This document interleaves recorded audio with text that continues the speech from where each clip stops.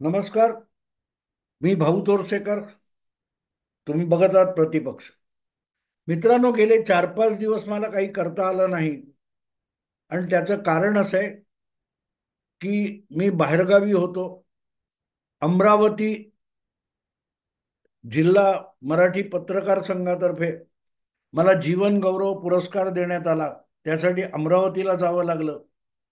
30 तारीखला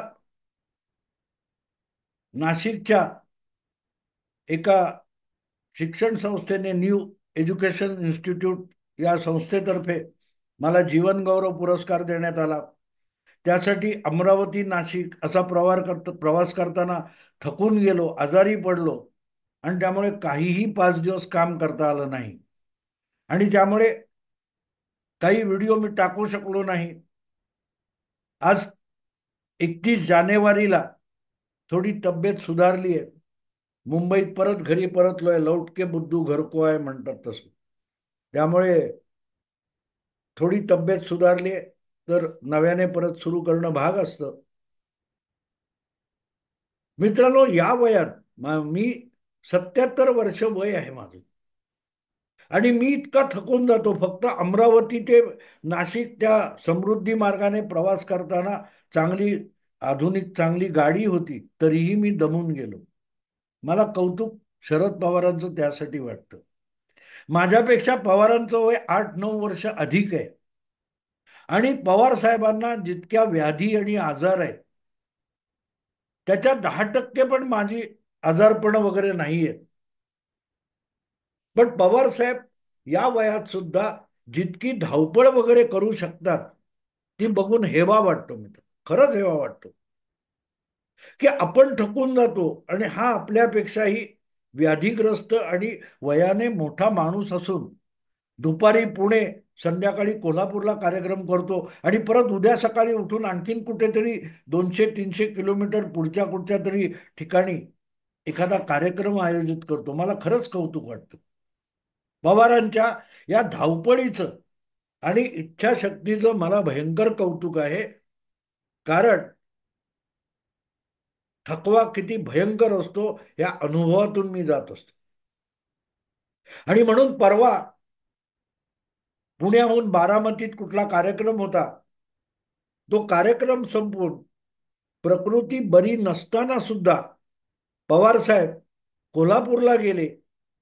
आणि तिथे त्यांची प्रकृती बिघडली आणि डॉक्टरांच्या सल्ल्यानुसार सक्तीची 4 दिवस विश्रांती घ्यायला त्यांना सांगण्यात आली. ही बातमी बघितल्यानंतर मी स्वतःलाच आरशात बघितल्यासारखा विचार करत होतो की खरंच या वयामध्ये पवार साहेबांनी हे सगळं करायला पाहिजे होतं का. मी आता हे जे गौरव पुरस्कार वगैरे आहेत, योगायोग असा की मी हात जोडून आधी एक एक अमरावतीचा कार्यक्रम ठरला होता. ज्यावेळेला हे सगळं त्याच्या आधी मी ते झाल्यानंतर हात जोडून मी एका व्हिडिओतून विनंती केली होती, बाबांनो व्याख्यान किंवा गौरव याच्यासाठी बोलवू नका.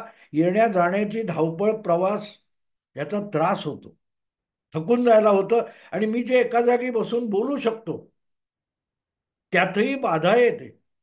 हे मी गेला असताना मी जाऊन आलो. मी एवढ्या नुसत्या साध्या प्रवासाने आजारी पडलो. माझ्या 10-15 पटीने शरद पवारांची पळापळ असते. आणि तरीही आपण काहीतरी केलं पाहिजे ही इच्छाशक्ती बघून खरंच हेवा वाटतो. खरंच हेवा वाटतो. कारण ती बातमी जी पवार साहेबांची आली, म्हणजे सक्ती करावी लागते. डॉक्टर सक्ती करतात, नाही जायचं. सक्तीची विश्रांती. पण ती सक्ती आहे, त्याच्या पलीकडे इच्छाशक्ती आहे. इच्छाशक्ती आहे. या वयामध्ये अजूनही काहीतरी करावं असं वाटणं, ही दुर्दम्य इच्छाशक्ती फार सगळ्या लोकांना मिळते असं नाही. त्यांच्या म्हणजे पवार साहेबांच्या वयाच्या तुलनेत आपण गेलो तर त्यांची मुलं शोभतील अशी माणसं पण थकलेली भागलेली दिसतात.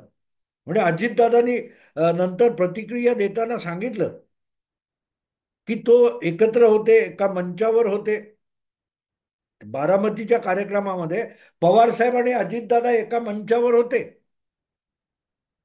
आणि अजितदादांना कळत होतं, नाहीतरी पुतणे आहे, इतकी वर्ष लहानाचे मोठे एकत्र झालेले आहेत. पवारांच्या छायेतूनच अजितदादांनी राजकारण सुरू केलंय. त्यांना बघून कळतं की हा माणूस आजारी आहे, प्रकृती ठीक नाहीये. आणि पुणे कोल्हापूर हा प्रवास थोडा थोडका नाहीये, हे दादांना कळत होतं. आणि म्हणून अजितदादांनी सांगितलं, प्रकृती बरी नाही, जाऊ नका. तर ना एखाद्या लहान मुलासारखा हट्ट करत, नाही नाही मला कोल्हापूरला गेलं पाहिजे, गेलं पाहिजे, असं म्हणत काका तिकडे गेले, हे अजितदादांनी उघडपणे सांगितलं. म्हणजे अजितदादांनी हे सांगताना आपल्या काकाविषयीची आत्मीयता स्पष्ट होते मित्रांनो, स्पष्ट होते की नाही प्रकृती बरी. ठीक आहे, आपण एका पक्षात असू नसू काय असो, पण माणुसकी म्हणून या माणसाच्या प्रकृतीला अपाय होऊ शकतो, हे ओळखूनच अजितदादांनी हे केलं असेल. मला याची गंमत वाटते की जे आजही शरद पवारांच्या या सगळ्या धावपळीवर आपलं राजकारण पुढे रेटू पाहतात, त्यांना हे आजारपण आणि पवारांनी स्वतःवर चालवलेला अन्याय हा त्यांच्या निकटवर्तीयांना दिसत नाही का? अगदी आटापिटा करून 4 महिने ज्या प्रकारे आपल्या मुलीला पुन्हा एकदा लोकसभेत शरद पवारांनी निवडून आणलं, आणि तेवढंच नाही तर आणखीन सात सात खासदार लोकसभेत सुप्रिया सुळे सोडून शरद पवारांनी निवडून आले. त्या सगळ्या निकटवर्तीयांना असं वाटत नाही का की आपण आपण ज्याला नेता मानतो त्याचा अधिक गैरफायदा उठवतो, आपण त्याच्या प्रकृतीशी खेळतोय, असं सुप्रियाताईंना वाटत नाही का? शेवटी एक गोष्ट आहे की कधीतरी हट्ट करून राज्यसभेत किंवा लोकसभेत जाण्याची इच्छा या मुलीने व्यक्त केली असेल, आणि वडिलांनी ती पूर्ण पण केलेली आहे. पण तुमचे हट्ट जर इतके तुमचे वडील पुरवत आले, तर त्या वडिलांच्या प्रकृतीला आज धोका असताना तुम्ही घरी बसा, तुम्ही विश्रांती घ्या, दीर्घकाळ विश्रांती घ्या, ताजेतवाने व्हा, तुमच्या शरीरामध्ये जी झालेली झीज आहे ती थोडीफार तरी भरून येऊन दे, तोपर्यंत आराम करा, असा हट्ट सुप्रियाताई का करू शकत नाही? का करू शकत नाही? मला खरंच मित्रांनो याचं नवल वाटतं. आणि मग असं वाटतं, ही सगळी माणसं मतलबी आहेत, ही सगळी माणसं मतलबी आहेत. ठीक आहे, पवारांचा उत्साह असेल, त्यांची इच्छाशक्ती असेल, हे नाकारता येत नाही, पण त्याचा फायदा ज्यांना मिळतो त्यांना तो फायदा दीर्घकाळ मिळण्यासाठी पवारांची प्रकृती अधिक चांगलं असणं आवश्यक आहे ना. ते नाही होत. जे लोक अमित शहानी काहीतरी बोललं पाठीत खंजीर वगैरे म्हटल्यानंतर की चवताळून उठतात, त्यांना पवारांविषयी खरं प्रेम किती आहे आणि आपला मतलब म्हणून पवारांविषयी किती इंटरेस्ट आहे, हा विषय खरोखरच विचार करण्यासारखा आहे. खरं वाईट वाटतं. वाईट एवढ्यासाठी वाटतं की माझी पत्रकारिता ही पवारांच्या राजकारणाबरोबर सुरू झाली असं म्हणता येईल. पवार साहेब 67 साली पहिल्यांदा आमदार झाले, विधानसभेत निवडून आले, सगळ्यात तरुण आमदार म्हणून निवडून आले. त्यानंतर अवघ्या 2 वर्षात मी पूर्ण वेळ पत्रकार झालो, आणि एका तरुण नेत्याची उभरती कमान आम्ही बघितलेली आहे. पण ती कमान कशी असते, इकडून वर जाते आणि तिकडून खाली येते. पण इथून चढ असतो, कष्ट करून चढायचं, आणि त्या बाजूला लागलं की एक प्रकारे ती कुठची चढती कमान असते, ती त्या बाजूला घसरगुंडी होते. आपण उच्च स्थळी जाऊन पोहोचतो, पण त्या उच्च स्थळी कायम टिकणं अवघड असतं.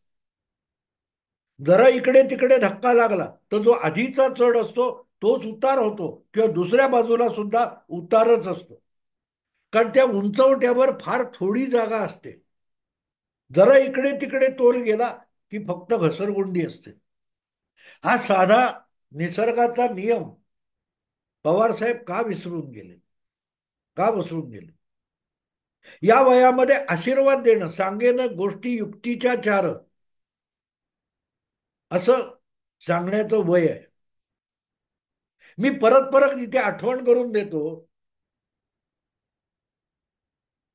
पवार साहेबांना तेल लावलेला पहलवान अशी उपाधी देणारे निळूभाऊ खाडीलकर यांचाच अग्रलेख आहे सप्टेंबर 1993चा. आणि तेव्हा शरद पवार साहेब अवघे 53 वर्षाचे होते. 30-31 वर्ष जुनी गोष्ट आहे. आणि त्यावेळेला हाच सल्ला निळूभाऊ खाडीलकरांनी पवारांना अग्रलेख लिहून दिला होता. त्या अग्रलेखाचं हेडिंग होतं उपद्व्यापी मुलगा. 53 वर्षाच्या नेत्याला, महाराष्ट्राचे मुख्यमंत्री शरद पवार होते तेव्हा, मुंबईतले ते 11 बॉम्बस्फोट होऊन गेलेले होते. त्यानंतर जवळजवळ 6 महिन्यांनी लिहिलेल्या निवडूभाऊंच्या या अग्रलेखामध्ये पवारांचं वर्णन उपद्व्यापी मुलगा असं केलेलं आहे निळूभाऊंनी. आणि त्याच्यात एक उपशीर्षक असं होतं की भगवद्गीता सांगायची वेळ आली आहे आणि तुम्ही कृष्णलीला रासलीला करत काय बसलाय.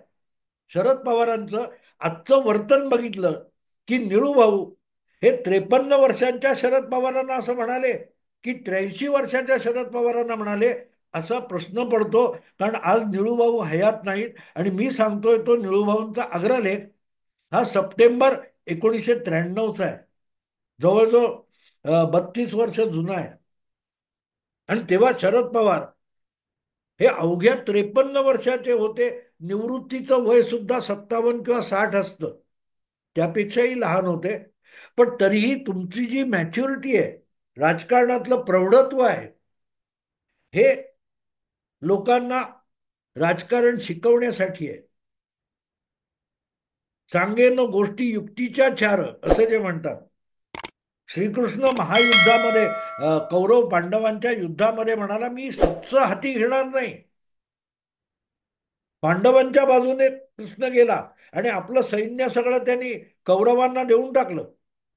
पण पांडवांना ही अट घातली होती की मी हाती शस्त्र घेणार नाही महाभारताच्या युद्धामध्ये, पण युक्तीच्या गोष्टी चार सांगेन.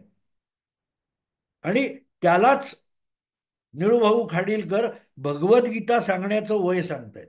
आणि ते अवघं 53 वर्ष वय होत. खणखणीत प्रकृती होती शरद पवारांची. पण तरीही उपद्व्याप करायचे तेव्हाही थांबले नव्हते आणि आजही उपद्व्याप करायचे थांबलेले नाही. आयुष्यभर शरद पवार कुठचं तरी कर्तृत्व गाजवण्यापेक्षा टिवल्या बावल्या करत उपद्व्याप करत राहिले. आत्ता देखील 5 वर्षापूर्वी मतदाराने जो कौल दिला होता तो पायदळी तुडवून लोकांनी नाकारलेल्या नेत्यांना आणि पक्षांना सत्तेत बसवण्याचा प्रयोग, उपद्व्याप शरद पवारांनी केला. मतदाराने स्पष्टपणे महायुतीला कौल दिलेला होता.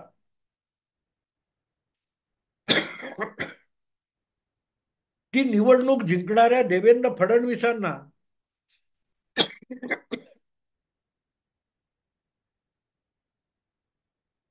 विरोधी नेता बनवण्यापर्यंत उपद्व्याप, त्याची किंमत 5 वर्षांनी मोजायला लागली. आज शरद पवार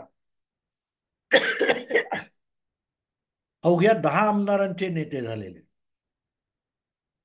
नियती तुमची पाठ सोडत नाही. सगळा चावटपणा करा, पण एक वेळ अशी येते की ती नियती येऊन तुमची कॉलर पकडते. ते देवेंद्र फडणवीस नसतात.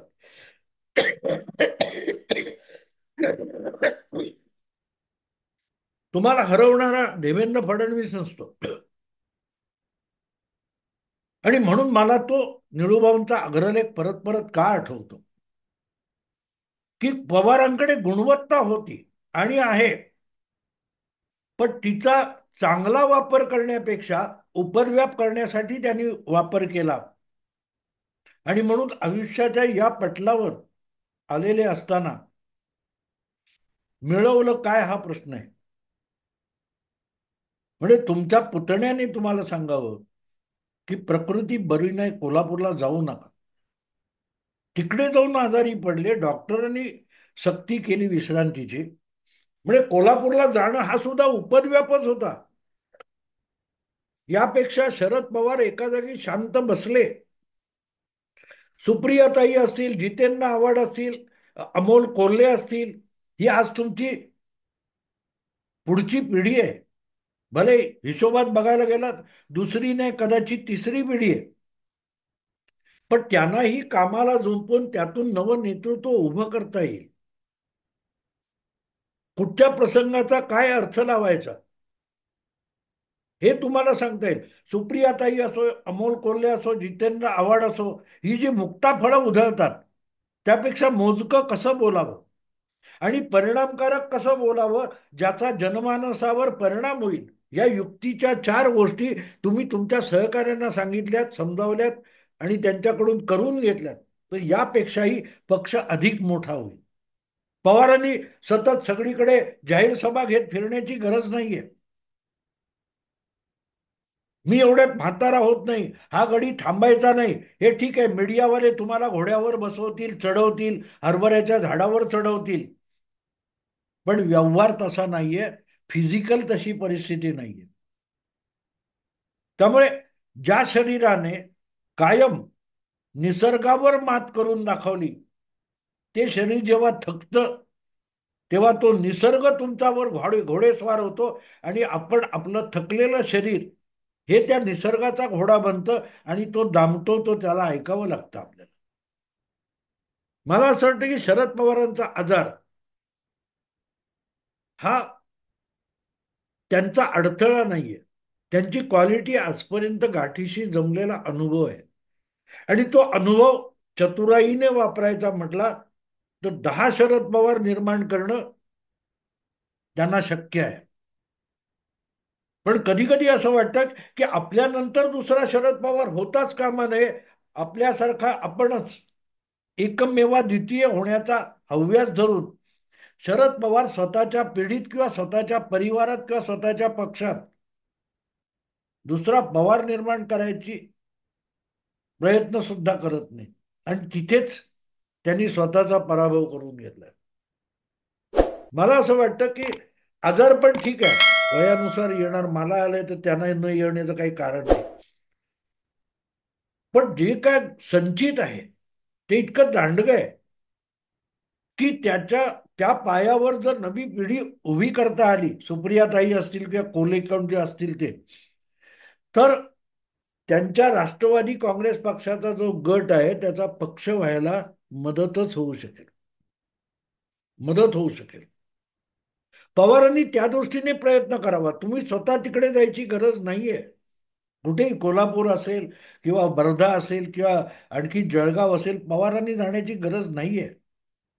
एका जागी थांबून या सगळ्या तरुण पिढीच्या लोकांना स्वतःकडे आणून वेळोवेळी त्यांना कानपिचक्या देऊन, त्यांना सल्ले देऊन, त्यांना परिस्थिती समजावून, खाचाखोचा समजावून, अगदी शरद पवार नाही पण दुय्यम शरद पवार, तिसऱ्या फळीतले शरद पवार उभे अजूनही करता येतील.